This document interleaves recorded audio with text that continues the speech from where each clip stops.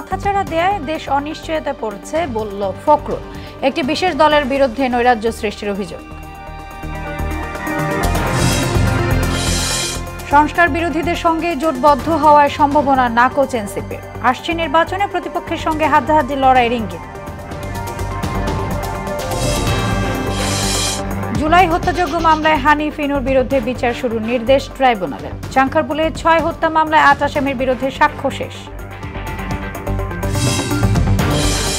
এবং পুলিশি বাধায় বন্ধ ইবতেদায়ী শিক্ষকদের যমুনামুখী পদযাত্রা। দাবি আদায়ে কাল বিক্ষোভ কর্মসূচি ঘোষণা।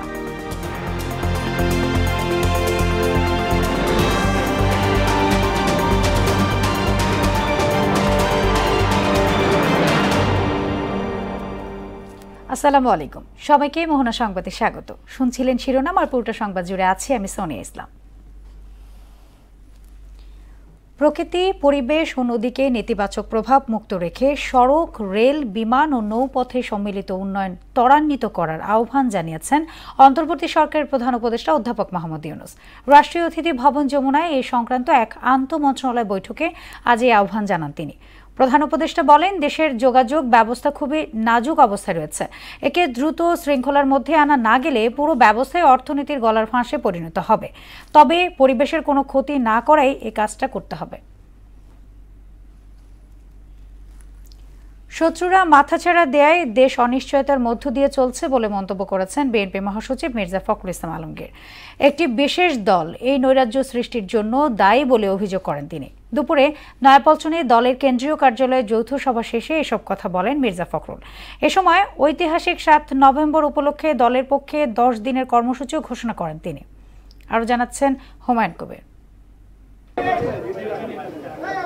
৭ নভেম্বর জাতীয় বিপ্লব ও সংহতি দিবসের ৫০ বছর পূর্তি উপলক্ষে নয়াপল্টনে বিএনপির কেন্দ্রীয় কার্যালয়ে সম্পাদক মণ্ডলীর সঙ্গে যৌথ সভা করেন দলটির মহাসচিব মির্জা ফখরুল ইসলাম আলমগীর। সভা শেষে সংবাদ সম্মেলনে বিএনপি মহাসচিব অভিযোগ করেন, দেশের শত্রুরা ফের মাথাছাড়া দিয়ে উঠছে। সামাজিক যোগাযোগ মাধ্যমে ভুল তথ্য ছড়িয়ে দেশকে অস্থিতিশীল করার চেষ্টা করছে। ৭ই নভেম্বর আমাদের কাছে, গোটা জাতির কাছে অত্যন্ত গুরুত্বপূর্ণ একটা দিন। বিশেষ করে আজকের যে রাজনৈতিক প্রেক্ষাপট, যখন একটা মানুষ অনিশ্চয়তার হতাশার মধ্যে চলে যাচ্ছে এবং প্রত্যেকটি মানুষ বারবার চিন্তা করছে কি হবে, কি হতে পারে। আমরা দেখছি যে বাংলাদেশের শত্রুরা তারা আমার মাথা চালা দিয়ে উঠতে শুরু করেছে, মাথা তুলে উঠতে শুরু করেছে।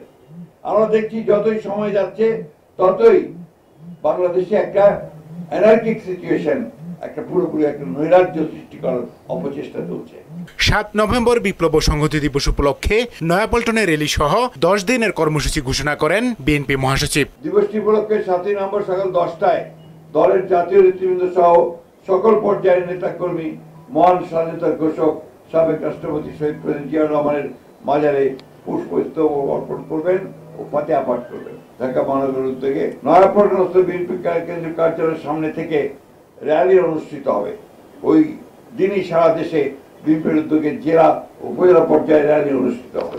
লন্ডন থেকে বিএনপির ভারপ্রাপ্ত চেয়ারম্যান তারেক রহমান জাতিকে ঐক্যবদ্ধ করার পাশাপাশি নতুন আশার আলো দেখাচ্ছে বলেও মন্তব্য করেন মির্জা ফখরুল। আমাদের তরুণ নেতা তারেক রহমান তিনি আমাদের দলকে পরিচালিত করছেন এবং জাতিকে নতুন আশা যোগান।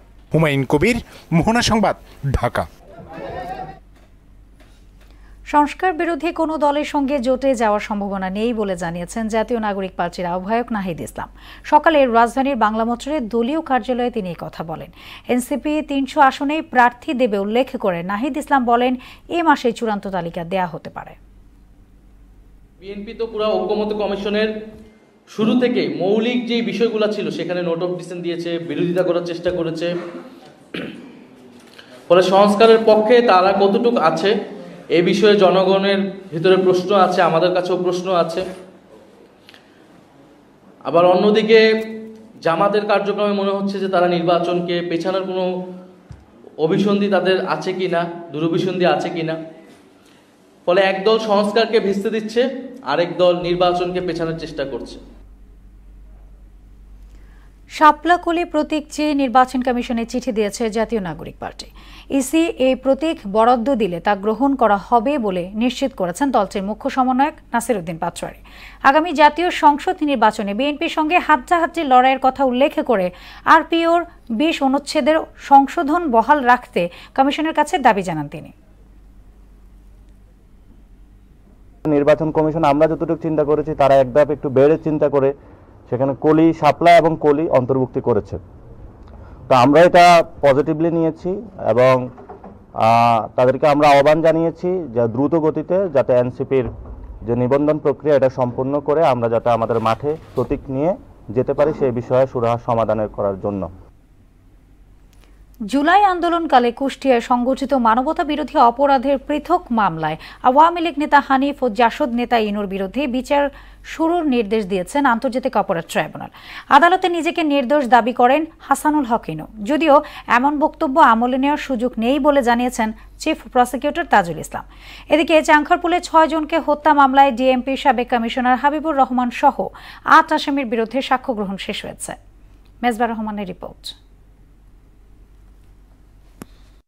জুলাই আন্দোলনে কুষ্টিয়ায় 6 হত্যাসহ 3 অভিযোগে আওয়ামী লীগের যুগ্ম সাধারণ সম্পাদক মাহবুবুল হানিফ সহ 4 জনের বিরুদ্ধে মানবতা বিরোধী অপরাধ মামলায় আনুষ্ঠানিক অভিযোগ গঠনের আদেশ দিয়েছেন ট্রাইব্যুনাল। এ মামলার সব আসামি পলাতক রয়েছেন।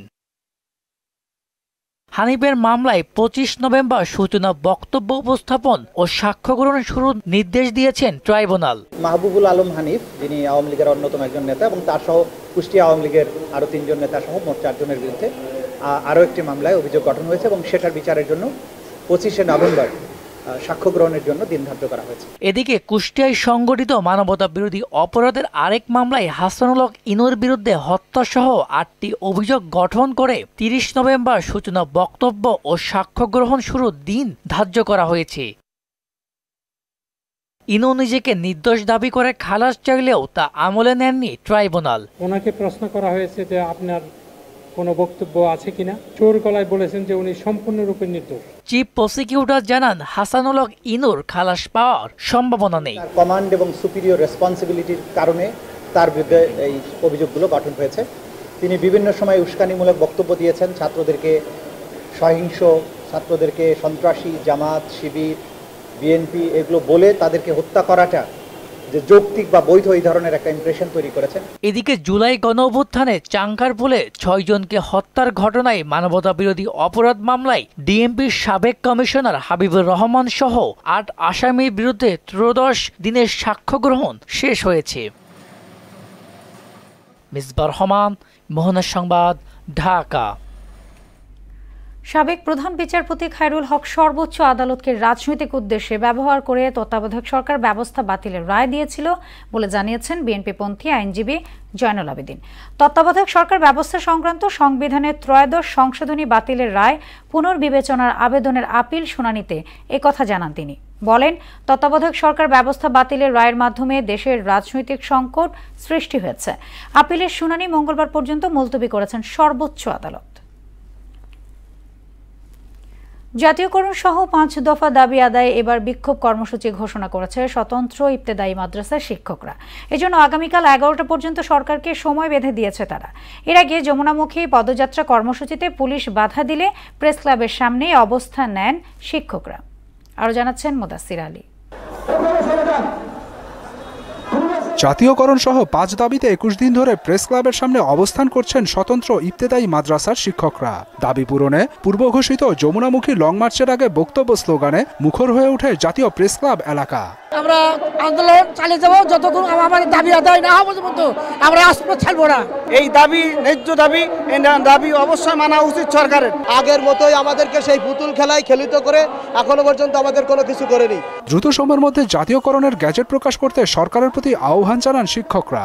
শিক্ষা উপদেষ্টা সচিব মহাদেশ আমাদেরকে আশ্বাস দিয়েছিল যে এগুলো জাতীয়করণ করা হবে, কিন্তু 10 মাস পেরিয়ে গেলেও আমাদের সেগুলো জাতীয়করণের কোনো খবর এখন আমরা পাচ্ছি না, কোনো গেজেট পাচ্ছি না। যার কারণে আমরা আজকে এখানে আসতে বাধ্য হয়েছি। দীর্ঘ 21 দিন থেকে আমরা এখানে অবস্থান করছি। অন্তত শিক্ষক নেতৃবৃন্দদেরকে ডাক দিয়ে আপনারা দ্রুত এই জিনিসটা সমাধান করেন। ইবতেদায়ী মাদ্রাসার শিক্ষকদের আন্দোলনে সংহতি জানায় জামায়াত ইসলামী সহ কয়েকটি রাজনৈতিক দল। দাবি দাওয়া বিবেচনা করে দ্রুত পদক্ষেপ নিতে সরকারকে তাগাদা দেন দলগুলোর নেতারা।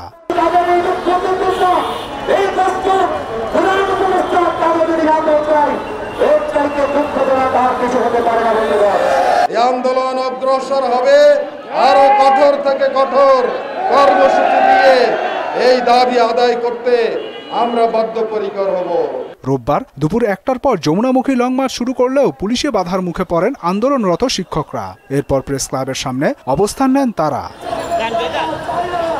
দাবি আদায়ে সরকারকে সোমবার 11টা পর্যন্ত আলটিমেটাম দেন আন্দোলনকারীরা, অন্যথায় বিক্ষোভ কর্মসূচির ঘোষণা দেন তারা। মুদাসসির আলী, মোহনা সংবাদ, ঢাকা। দক্ষ জনবল সংকটে মশক নিধন কর্মসূচি এগিয়ে নেওয়া হচ্ছে না বলে জানালেন ঢাকা উত্তর সিটি কর্পোরেশন ডিএনসিসি প্রশাসক মোহাম্মদ এজাজ। এমন অবস্থায় ডেঙ্গু পরিস্থিতি মনিটরিং জোরদার করা হয়েছে বলেও জানান তিনি। অন্য বছরগুলোর তুলনায় এবার ডেঙ্গু সংক্রমণ ও মৃতের সংখ্যা কম বলেও দাবি করেন প্রশাসক। সকালে নগর ভবনে আয়োজিত এক অনুষ্ঠানে একথা জানান তিনি। সুরাইয়া মুনির রিপোর্ট। রাজধানীর উত্তর সিটি কর্পোরেশন এলাকায় ডেঙ্গু পরিস্থিতি ও নিয়ন্ত্রণ কার্যক্রম নিয়ে অংশীজনদের সঙ্গে বৈঠক করে উত্তর সিটি কর্পোরেশন। এর প্রতিপাদ্য ছিল আপনার সচেতনতা আমাদের অঙ্গীকার, একসঙ্গে গড়ি ডেঙ্গু মুক্ত ঢাকা। এ সময় সংশ্লিষ্টরা জানান ডিএনসিসি 1000-এরও বেশি স্কুলে জনসচেতনতামূলক কার্যক্রম চালিয়ে যাচ্ছে। ফলে নানা সীমাবদ্ধতার পরও গেল বছরগুলোর তুলনায় এবার আক্রান্ত ও মৃতের সংখ্যা কম। এই বছর আপনারা দেখবেন স্যাররা দেখিয়েছে যে ডেঙ্গু পেশেন্টের সংখ্যা কিন্তু 23, 24, 25-এ গ্র্যাজুয়ালি কম। বৃষ্টিপাতের সাথে এবং তাপমাত্রার সাথে ডেঙ্গু যে ভেক্টর এডিস মসকুইটোর একটা পপুলেশনের জ্যামিতিক হারে বৃদ্ধি পায়, তার মানে হচ্ছে still it is alarming for us. হটস্পটটা নির্ধারণ করি এবং সেইভাবে ম্যানেজমেন্ট করি, তাহলে আমাদের এডিস মশা আর আমরা পরে ইন্টারভেনশন যাব। পরে সংবাদ সম্মেলনে ডেঙ্গু চিকিৎসায় প্রয়োজনীয় সব সরঞ্জাম ও ওষুধ পর্যাপ্ত রয়েছে বলে জানান ডিএনসিসি প্রশাসক। এত লিমিটেশনের পরও তো আমরা বলতেছি না যে কাজ হচ্ছে না, কাজ পাচ্ছি না, তা না। আপনারা তথ্য থেকে দেখছেন যে আমরা কত সিগনিফিকেন্টলি কমিয়ে এনেছি। লোকবল এবং ফান্ড এই সংকটের মধ্যে থাকলে আমাদের ক্যাপাসিটি কিভাবে বাড়বে। কারো একক চেষ্টায় ডেঙ্গু মোকাবেলা সম্ভব নয় মন্তব্য করে এটি নিয়ন্ত্রণে সবাইকে সচেতন হওয়ার আহ্বানও জানান তিনি। যত ধরনের ইনোভেটিভ অ্যাপ্রোচ আছে সেগুলোতে আমরা কাজ করছি। সুরাইয়া মুন্নি, মোহনা সংবাদ, ঢাকা।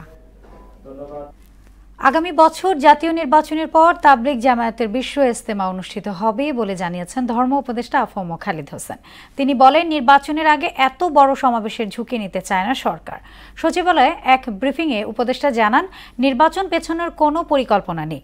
এ সময় ডক্টর জাকির নায়েকের বাংলাদেশ সফরের প্রসঙ্গে কথা বলেন তিনি। এত বড় একটা সমাবেশ যেখানে বিদেশি মেহমানরাও থাকবেন, এই ঝুঁকি নেওয়াটা সরকারের জন্য উচিত হবে না মনে করে ওনারাও সেটা বুঝতে পেরেছেন।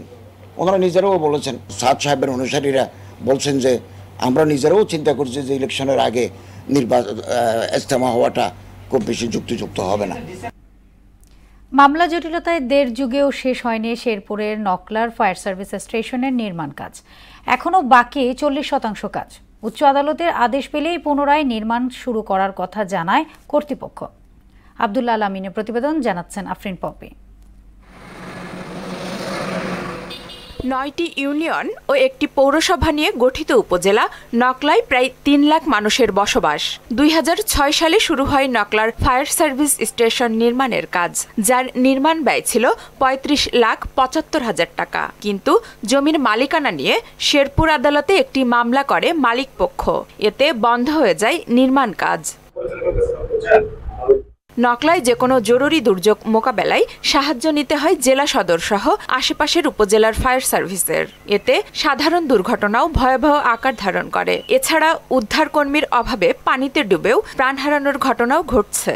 এতে সব সময় আতঙ্কে থাকেন নকলাবাসী। উপজেলার প্রত্যেকটা এলাকাতে অগ্নিসংযোগ ঘটলে আমরা সেই ঘরবাড়িগুলো রক্ষা করতে পারি না। ফায়ার সার্ভিসটি যদি এতদিন চালু থাকতো, হয়তো আমরা কিছু কিছু জীবন বাঁচায় রাখতে পারতাম, হয়তো আমরা এতটা ক্ষয়ক্ষতির পরিমাণ হইতো না আমাদের। এই এলাকাবাসীর স্বার্থে এবং এই এলাকাবাসীর আগুনের নির্বাপক থেকে মুক্তি পাওয়ার জন্য দ্রুত যাতে এই কাজটা আমাদের হয়ে যায়, এটাকে দ্রুত চালু করা হোক। আর এই মামলার ফয়সালাটা যেটা হওয়ার হবে, কিন্তু এর আগে যদি আমরা চালু করতে পারি, প্রয়োজনে ভাড়া স্টেশন নিয়ে হলেও আমাদেরকে এটা চালু করা উচিত। মামলার রায় সরকারের পক্ষে আসলেই অবশিষ্ট কাজ সম্পূর্ণ করা সম্ভব হবে বলে জানিয়েছেন উপজেলা নির্বাহী কর্মকর্তা। দ্রুত এই সিভিল ডিভিশন মোকদ্দমার একটি শুনানি রয়েছে হাইকোর্ট বিভাগে, সেই শুনানিতে যদি সরকারের পক্ষে রায় আনার বিষয়ে তারা খুব তৎপর রয়েছেন, তাদের আইন বিভাগ কাজ করছে, তো সরকার অনুকূলে এই রায় আসলে পুনরায় ফায়ার সার্ভিসের যে অসমাপ্ত কাজ সেটি শুরু হবে। মামলা জটিলতা শেষ হলে নকলা থেকে কার্যক্রম শুরুর কথা জানান শেরপুর ফায়ার সার্ভিস ও সিভিল ডিফেন্সের উপপরিচালক। হিয়ারিং এর অপেক্ষায় আছি, হিয়ারিংটা হয়ে গেলে আমাদের পক্ষে যদি রায়টা আসে তাহলে আমরা খুব দ্রুত আশা করছি যে স্টেশনের অপারেশনাল কার্যক্রম চালু করতে পারব। সব জটিলতা কাটিয়ে ফায়ার সার্ভিস স্টেশনটি দ্রুত চালু হবে এমন প্রত্যাশা নকলাবাসীর। আফরিন পপি, মোহনা সংবাদ। আন্তর্জাতিক টি-20 থেকে অবসরের ঘোষণা দিয়েছেন নিউজিল্যান্ডের ব্যাটার কেন উইলিয়ামসন। 2026 বিশ্বকাপের শুরুর মাসখানেক আগে এই ফরম্যাট থেকে নিজেকে সরিয়ে নিলেন উইলিয়ামসন। অবশ্য বিগত 1 বছর ধরে দেশের হয়ে টি-20 ফরম্যাটে খেলা হয়নি উইলিয়ামসনের। গেল বছর যুক্তরাষ্ট্র এবং ওয়েস্ট ইন্ডিজের মাটিতে বিশ্বকাপে সবশেষ দেখা গিয়েছিল উইলিয়ামসনকে। এরপর থেকে মনোযোগ দিয়েছেন বিভিন্ন দেশের ফ্র্যাঞ্চাইজি ক্রিকেটে।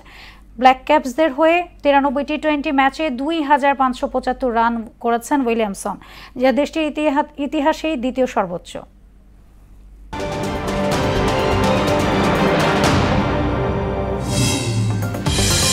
শত্রুরা মাথাচাড়া দেয়, দেশ অনিশ্চয়তা পড়েছে বললেন ফখরুল। একটি বিশেষ দলের বিরুদ্ধে নৈরাজ্য সৃষ্টির অভিযোগ। সংস্কার বিরোধীদের সঙ্গে জোটবদ্ধ হওয়ার সম্ভাবনা নাকচ এনসিপির। আসছে নির্বাচনে প্রতিপক্ষের সঙ্গে হাড্ডাহাড্ডি লড়াইয়ের ইঙ্গিত। জুলাই হত্যাযজ্ঞ মামলায় হানিফ ইনুর বিরুদ্ধে বিচার শুরুর নির্দেশ ট্রাইব্যুনালের। চাংখারপুলে 6 হত্যা মামলায় 8 আসামির বিরুদ্ধে সাক্ষ্য শেষ। এবং পুলিশি বাধায় পণ্ড ইবতেদায়ী শিক্ষকদের যমুনামুখী পদযাত্রা, দাবি আদায়ে কাল বিক্ষোভ কর্মসূচি ঘোষণা।